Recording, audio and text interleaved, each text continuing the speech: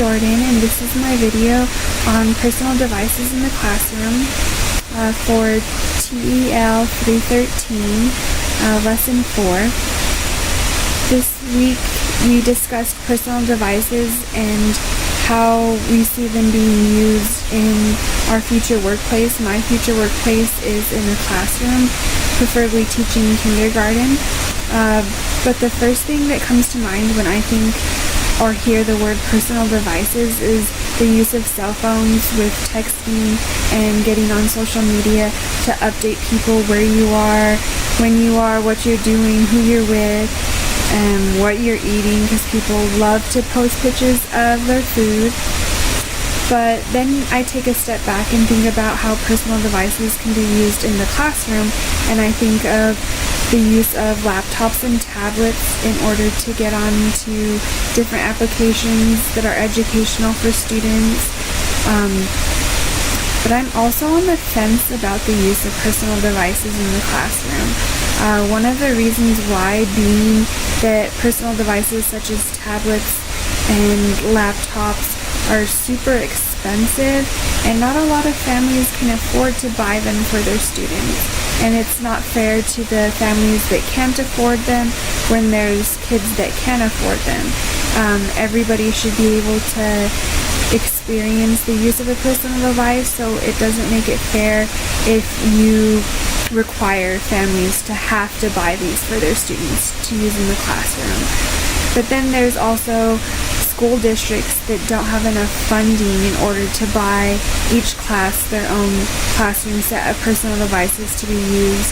Instead, they have to buy just a school set where each class has the opportunity to check out the bundle of personal devices available to them, but you're only allotted a certain amount of time.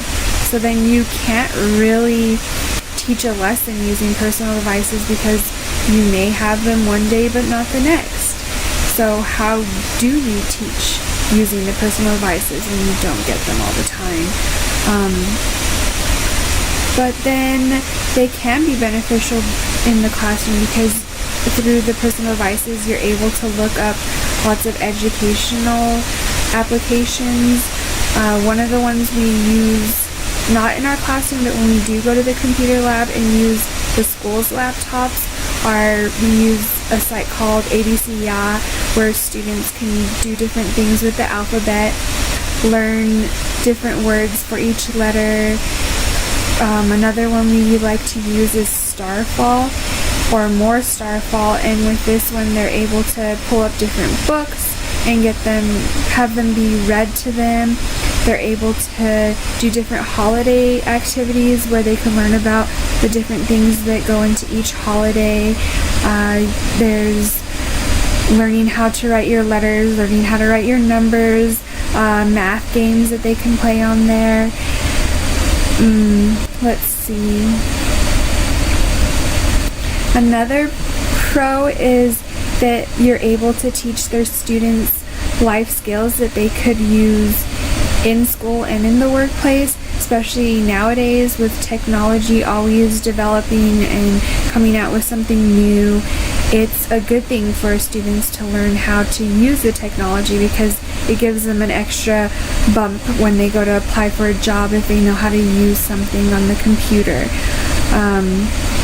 Overall, I feel like as long as there's an adult supervising younger students, that we should be able to use personal devices in the classroom. But then again, we have to think of the funding and how we're going to be able to pay for this. But I think that it could be a good thing.